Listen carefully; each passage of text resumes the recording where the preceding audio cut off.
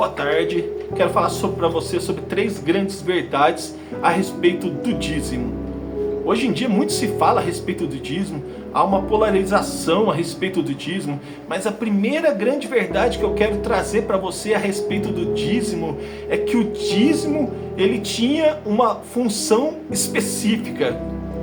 Quando Jacó foi chamar os seus 12 filhos para dividir a sua herança com seus filhos, a Bíblia diz que Jacó não deu herança alguma à tribo de Levi, porque a tribo de Levi era a tribo descendente da tribo de Arão, e a tribo de Levi, eles eram responsáveis exclusivamente pela casa do Senhor, pelo templo, pelos sacrifícios de oferta, pelo sacrifício de sangue.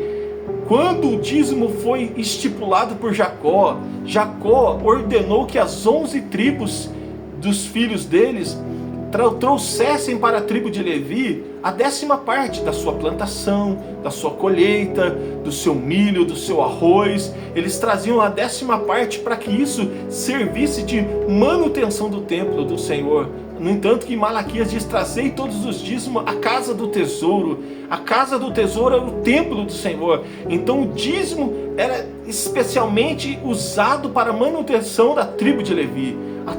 O dízimo cuidava do sacerdote, do sumo sacerdote, dos levitas auxiliares, porque eles não tinham outra função.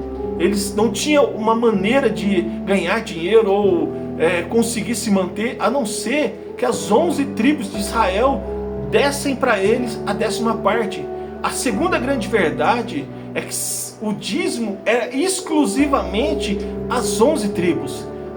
Mas se eu fosse de fora da tribo, quem fosse fora das 11 tribos e quisessem dizimar não podiam, porque Deus deu essa ordenança para as 11 tribos. Vocês vão tirar os seus 10%, vão levar para os levitas e eles vão se manter. E o dízimo também, você vai ver lá em Tiago, que era para a manutenção das viúvas, dos órfãos. Então, o dízimo, a expressão dízimo, era extremamente obrigatória para as 11 tribos de Israel, não para as demais pessoas que não faziam parte das 11 tribos. A terceira grande verdade é que no Novo Testamento o dízimo deixou de ser obrigatório. Você ouve muito pregações sobre: se você não der o dízimo, você não vai ser abençoado. Se você não der o seu dízimo, você não vai ir para o céu. Se você não der o seu dízimo, você não vai receber bênçãos do Senhor. Mas a palavra de Deus no Novo Testamento, ele transforma o dízimo em oferta.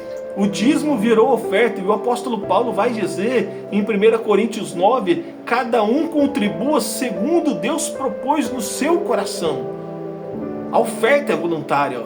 Você dá aquilo que Deus propôs no seu coração. Talvez você vai me dizer: mas pastor, Jesus falou sobre o dízimo em Mateus 23. Não, Jesus falou exatamente isso. Vocês dão o dízimo do coentro, do cominho, da hortelã, mas vocês se esquecem do melhor, da maior parte, que é o amor, a caridade, a empatia pelo próximo. O que Jesus estava dizendo assim: se vocês querem dar o dízimo, deem o dízimo. Mas também não esqueçam da caridade, do amor, da solidariedade. Jesus não estava falando do dízimo, ele estava falando que você faz um, mas precisa fazer o outro.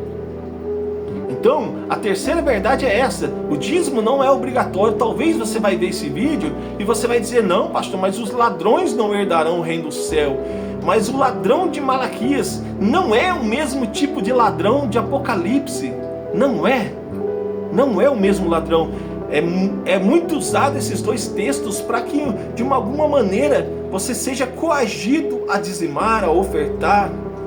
Mas eu concluo esse vídeo dizendo: a sua igreja tem aluguel a ser pago, tem água para ser paga, tem energia elétrica para ser paga, tem instrumentos que precisam de manutenção. Então, se você faz parte de uma igreja evangélica, não é nada mais que justo você ajudar a sua igreja, você abençoar a sua igreja, você dizimar na sua igreja, e dizimar com um ato de amor, não com um ato de gratidão, porque muitas pessoas dão dízimo como se estivessem pagando um imposto para Deus. Não, irmão, o dízimo tem que ser algo de amor, de respeito, de devoção a Deus. Se você realmente ama a igreja a qual você frequenta, dizime, oferte na igreja, porque cuidar de uma igreja, manter uma igreja é extremamente caro. Então que você possa ouvir esse vídeo e que você possa ser abençoado pelo poder de Deus através desta palavra.